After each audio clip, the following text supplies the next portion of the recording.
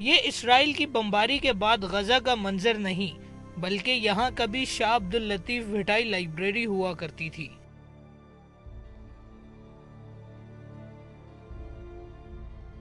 کراچی کے پسماندہ علاقے پرانے گولی مار میں قائم یہ کتب خانہ اس علاقے کے تشنگان علم کی واحد سبیل تھی۔ اسے 1976 میں اس وقت کے وزیر اعظم ذوالفقار علی بھٹو کے حکم پر 14 لاکھ روپے کی لاگت سے تعمیر کیا گیا تھا۔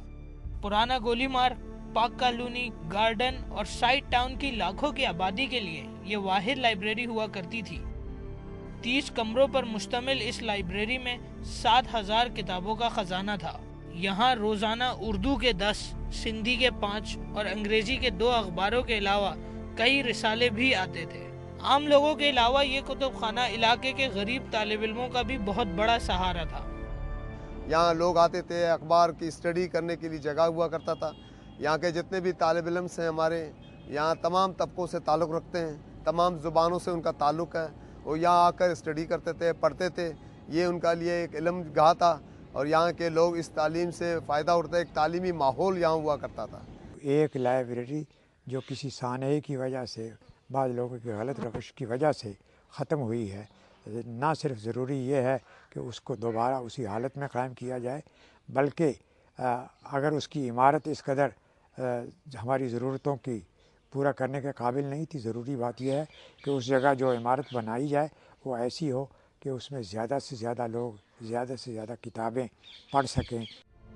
علم کے فروغ کے مقصد کے علاوہ کتب خانے کی عمارت کمیونٹی سینٹر کا بھی کام دیتی تھی۔ یہاں خصوصی دنوں پر مختلف تقریبات ہوا کرتی تھیں جن میں علاقے کے مکین بڑھ چڑھ کر حصہ لیتے تھے۔ یہاں ایک دوسرے کمیونٹی کے لوگ یہاں آ کر ملتے تھے، اسٹوڈنٹ، نئی نسل، نئے نوجوان، تو ایک فروغ ملتا تھا۔ اس علاقے کی یہ امن کی جگہ تھی۔ لائبریری تھی، ہم لوگ جو ہے شام کو وہاں پہ جا کے پڑھتے تھے، مطالعہ کرتے تھے، مگر اس پہ بھی کوئی گورنمنٹ توجہ نہیں رہی ہے۔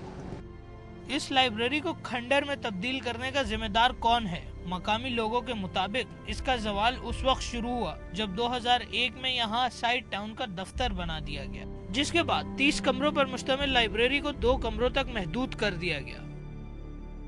یہ شاہ عبداللطیف بھٹائی لائبریری تھا۔ یہ 2000 میں ایک کرنل صاحب نے کسی نے آگے تختی رکھ کے، اور 2001 سے یہ ٹاؤن کا دفتر بنا، اور اس کے اوپر جیسا لائبریری یہ لوگ نے ختم کر دیا اور ایک کمرے میں محدود کر دیا، پورے ہال کا لائبریری کو صرف ایک کمرے کے اندر محدود کر دیا۔ اگر یہ جل گیا ہے تو اور بنانا چاہیے، جگہ ہے سر، بالکل پیچھے اتنی بڑی بڑی جگہ ہے، لوگ قبضہ کر رہے ہیں۔ اب ان جگہوں کو لائبریری بناؤ، ہم لوگوں کو کالج دو، ایسا کوئی چیز ہی نہیں ہے۔ علاقے کے علمی اور سماجی حلقوں نے اس فیصلے پر شہری حکومت سے سخت احتجاج کرتے ہوئے معاملہ محتسب اعلیٰ کے سامنے پیش کر دیا۔ محتسب اعلیٰ نے سال 2002 میں لائبریری کے حق میں فیصلہ دیا اور اپنے فیصلے میں انہوں نے حکم دیا کہ یہ جگہ لائبریری کے علاوہ کسی اور مقصد کے لیے استعمال نہیں ہو سکتی۔ محتسب اعلیٰ نے فیصلہ تو سنا دیا، لیکن انتظامیہ نے اس پر عمل درآمد ضروری نہ سمجھا۔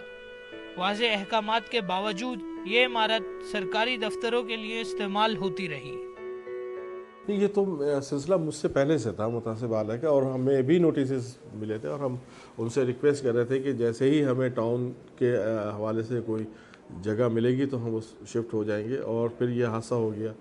اور چونکہ وہ اگر ہم اسے وقتی طور پہ جو ایکسائز والوں کو آفس نہیں دیتے تو یہ جرائم پیشہ افراد کی ہماجگاہ بن چکی ہوتی ہے۔ 2006 میں اکبر بگٹی کی ہلاکت کے بعد ہونے والے ہنگاموں میں شاہ لطیف بھٹائی لائبریری کی عمارت کو بھی آگ لگا دی گئی، اور آج 2 سال گزرنے کے باوجود یہ عمارت اسی طرح کھنڈر بنی ہوئی ہے۔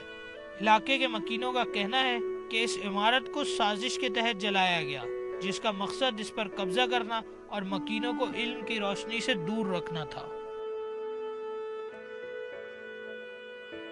بچوں کا ٹائم ضائع ہوتا ہے، فارغ ٹائم میں پہلے وہ لائبریری میں پڑھتے تھے اور میں خود جاتا تھا، اسٹڈی کرتا تھا۔ اس سے یہ ہوتا تھا کہ ہمارا معلومات میں اضافہ ہوتا تھا اور ہم مطلب اس میں شعور آ جاتے ہیں کہ کس ٹاپک پہ ہم لوگ پڑھ رہے ہیں۔ ابھی ہم لوگ فارغ ٹائم میں کیا کرتے ہیں، یہ پارک میں جا کے بیٹھتے ہیں اور اپنا وقت ضائع کرتے ہیں۔ عمارت کا جائزہ لینے پر اندازہ ہوتا ہے کہ پہلے تو لائبریری کو دل کھول کر لوٹا گیا اور پھر آگ لگا دی گئی۔